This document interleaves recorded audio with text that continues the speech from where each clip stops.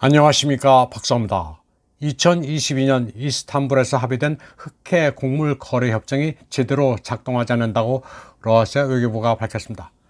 지난해 7월 22일 서명된 협정은 식량난에 시달리는 국가에 곡물을 오데사항에서 수송할 수 있는 안전회랑을 제공하도록 하고 있습니다. 그러나 오데사에서 나가는 곡물들은 아프리카나 아시아의 궁핍한 국가로 가지 않고 유럽연합이 흡수하고 있습니다. 2022년 8월 1일부터 우크라이나는 2,300만 톤 이상의 곡물을 수출했는데 이 가운데 70%가 동물 재료로 분류됐습니다.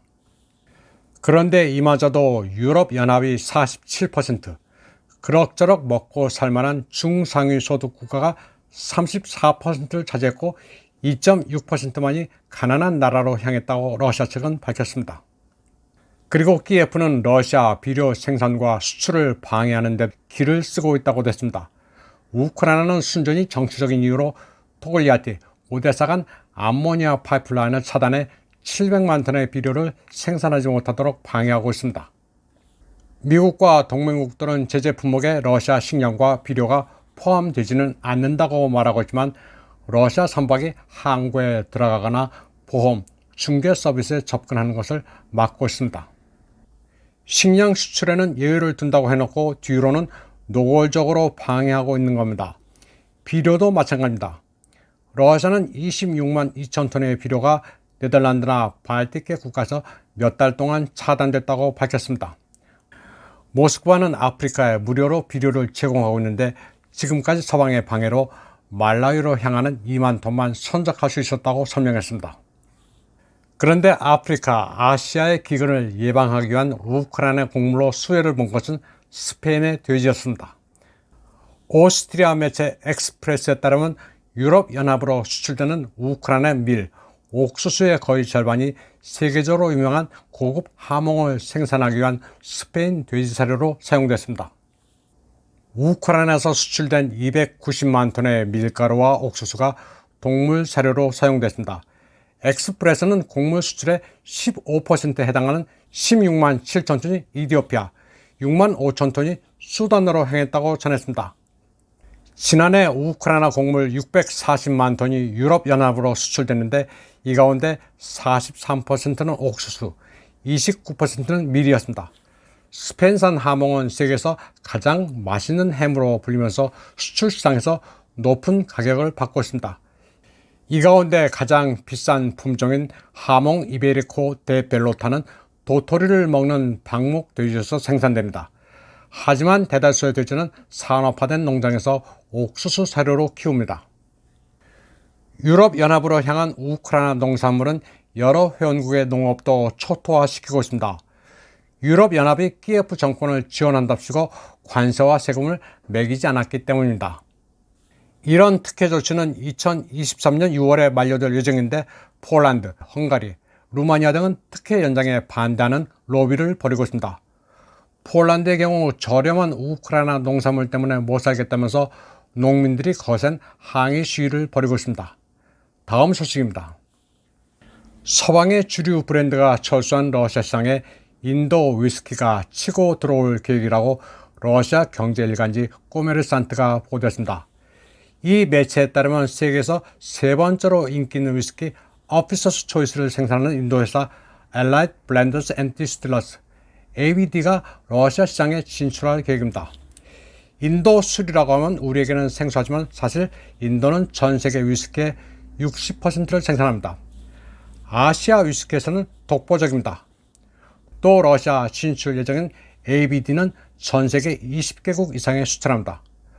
러시아 보드카 제조사인 알코올 스베리안 그룹 ASG가 ABD의 독점 유통업체가 될 계획입니다. 인도산 주류가 러시아에서 판매되는 것은 이번이 처음입니다. 위스키는 대러 제재로 러시아 시장에서 상당한 영향을 받았습니다. 와인 리테일 추정에 따르면 서구 위스키 수입은 2022년에 1,100만에서 1,200만 리터로 절반이 줄었습니다. 서구 위스키들 역시 다른 제품처럼 병행 수입 형식으로 여전히 러시아에서 유통되고는 있습니다. 조니 워커, 잭 다니엘스, 부시미스, 짐빔, 화이트 호스 등이 병행 수입되고 있습니다. 다음 소식입니다. G20 국가 가운데 러시아의 GDP 대비 부채가 가장 낮은 것으로 나타났습니다. 러시아 국가회계회의소의 공식 데이터에 따르면 러시아 외채가 2022년에 3년 만에 처음으로 감소했습니다. 러시아의 대외 부채는 2022년 4조 4,400억 루블, 달러 환산 533억 달러로 전년에 4조 4,400억 루블, 585억 달러보다 줄었습니다. 그래서 지난해 대외 부채를 포함한 국가 부채 총액은 22조 8,200억 루블, 3,027억 달러였습니다. 이로써 GDP 대비 부채 비율은 2021년 18.1%에서 17.1%로 낮아졌습니다. 러시아 국가회계회의소는 부채 수치가 표준 범위 안에 있으며 경제 안정성의 기본 지표인 GDP 대비 부채 비율이 G20 중 가장 낮았다고 말했습니다. 특수 군사작전을 진행하면서 서방의 경제 보복을 당한 와중에 국가 부채가 줄었으니 대단합니다. 러시아 경제는 상당히 견조합니다. GDP는 2022년에 2.1% 감소했지만 올해는 0.3% 성장할 것이라고 IMF가 내다봤습니다. 사실 GDP는 정확한 국력의 지표라고는 할 수 없습니다. 어찌 보면 숫자 노름이기는 합니다. 그러나 서방의 경제 계량 주신 GDP 지표에서도 러시아가 아주 선전하고 있습니다. 다음 소식입니다. 미국의 한 정치평론가는 이란, 러시아, 중국 동맹이 미국의 경제적 패권을 위협하고 있다고 말했습니다.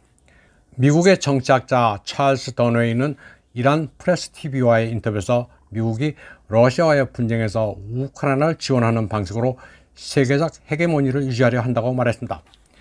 그러나 미국은 러시아, 이란, 중국 간의 연합이 워싱턴의 세계 경제 지배력을 박탈할 수 있는 것으로 우려한다고 그는 말했습니다. 더웨이는 미국 정부의 행동 뒤에는 미국판 올리가르히 정치인들이 있다고 설명했습니다. 그는 미국이 우크라이나에서 소기의 성과를 달성하면 중국과 이란을 공격할 것으로 믿고 있다고 말했습니다. 또 미국 정치인들은 전쟁에서 우크라이나인들이 얼마가 죽든 신경 쓰지 않는다고도 했습니다. 그리고 미국의 올리가르히 정치인들이 정부와 언론을 너무나도 부패하도록 했기 때문에 일반 미국민들은 세계에 대한 큰 그림을 가지고 있지 않다고 말했습니다. 더웨이는 또 미국이 우크라이나에서 패배할 경우는 워싱턴에 격변이 일어날 것이라고 말했습니다. 나토가 붕괴 과정을 시작할 것이며 달러가 기축 통화의 지위를 잃게 될 것이라고 그는 예측했습니다. 그러면서 미국은 현재 군비와 전쟁에 사용되는 수조 달러를 미국 재건과 미국민들의 생활 수준을 개선을 위해 써야 한다고 말했습니다. 더웨이는 이제 안타깝게도 미국의 헤게모니는 외부 세력에 의해 무너져야 한다면서 러시아에 그 사명이 있다고 말했습니다. 다음 소식입니다. 빅토르 오르반 헝가리 총리가 유럽은 미국의 영향력에서 자유로운 자체 군사 블록이 필요하다고 말했습니다. 그는 스위스 벨트보헤어와 가진 인터뷰에서 미국이 이길 수 없는 갈등 속으로 유럽을 끌어들이고 있다면서 솔루션은 유럽만의 나토라고 강조했습니다. 그는 영향력 확장에 대한 미국의 열망이 서방과 러시아 사이에 긴장을 초래했다고 설명했습니다. 오르반 총리는 2022년 특수 군사작전이 시작되기 전 푸틴 대통령과의 대화를 언급했습니다. 그는 당시 푸틴 대통령이 폴란드, 루마니아의 미국 미사일 기지와 나토의 우크라이나, 조지아로의 확장 가능성에 대해 우려했다고 회고했습니다. 오르반 총리는 헝가리도 분쟁에 끌어들이려는 지속적인 압박을 받고 있다고 말했습니다.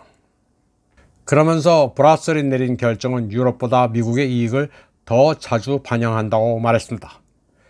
이번 방송은 여기까지 하겠습니다. 시청해주신 여러분 감사합니다.